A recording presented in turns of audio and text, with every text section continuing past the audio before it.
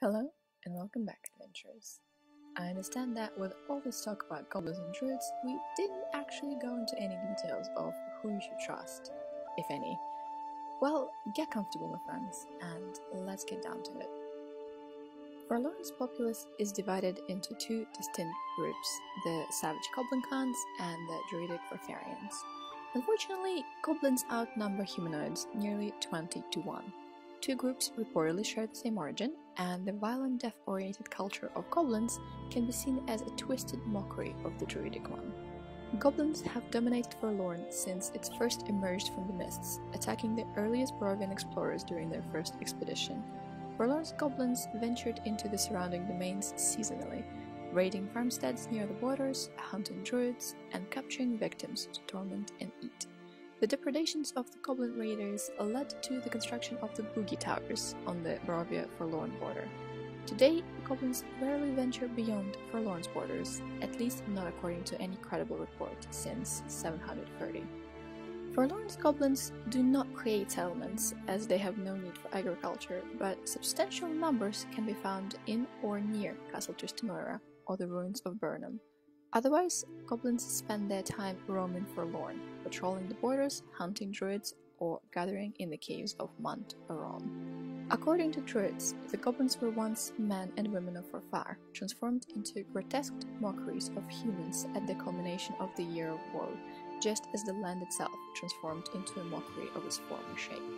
The goblins appear to organize themselves along clan lines, much as the Forfarians did.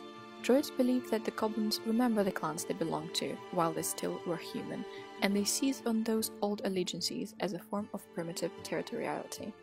Goblin clans are very competitive. Each states out a small area of Forlorn as its own territory, and battles over minor incursions are frequent and bloody. A chief, usually the largest and strongest goblin, rules each clan, but changes in leadership are common due to death or shift in favor. The druids claim that ultimately all goblin clans are loyal to the Salader, the ghost of Castle Tristan, who the goblins refer simply as Master, or, since people pointed it out to me, to Tristan. The goblins have two major purposes to their existence. The first is to patrol Forlorn in search of humans. The druids are apparently their true targets, but the goblins rarely distinguish between humans, therefore all of them end up as their prey. In most cases, they are trying to capture their victims alive and transport them to their master. The second task that occupies the goblins is the chopping and burning of Forlorn's trees, a task they pursue with enthusiastic glee. Ironically, the defiled and corrupted state of Forlorn's woods has significantly hindered the goblins' efforts to destroy the forests. The damp and fetid woods burn slowly, and the flesh-eating plants find the meat of goblins as palatable as human. When not harrying the druids or ravaging the forests, the goblins spend time in leisure. A particular favorite sport is called arbor hefting, a corruption of Forfarian sport called saber tossing, in which two teams of 5 goblins lift heavy logs and throw them back and forth, with the aim of crushing as many members as possible. Another popular game is the sword dance, a corruption of an ancient Forfarian tradition. Goblins take up swords and form 2 long lines, facing each other. The goblins lie down on their bellies, leaving a corridor between them. Bold goblins take turns dancing from one end of the gauntlet to the other, while the prone goblins swing at their legs and feet. Goblins invoke the name of their god Aron frequently. In Forfarian druidism, Aron is a god of death and the underworld, a much feared, seldom mentioned boogeyman. Goblins honor their god by killing and seeking violent death themselves. They believe all bloodshed glorifies him and all the dead belong to him. Thus, they believe that resurrection, reincarnation, and undeath are blasphemous and rob Aron of his subjects. The sacred site of this debased belief is Mount Aron. The mountain caves are filled with the carefully sorted bones of the goblins' dead, watched over by crude statues of Aron. The goblins believe their god dwells in the underworld of On, the Isles of the Cursed, a land accessible through the fissure called the Maw of Aron at the mountain peak. Forfarians themselves take great pride in their red hair, claiming it to be the gift of the faith.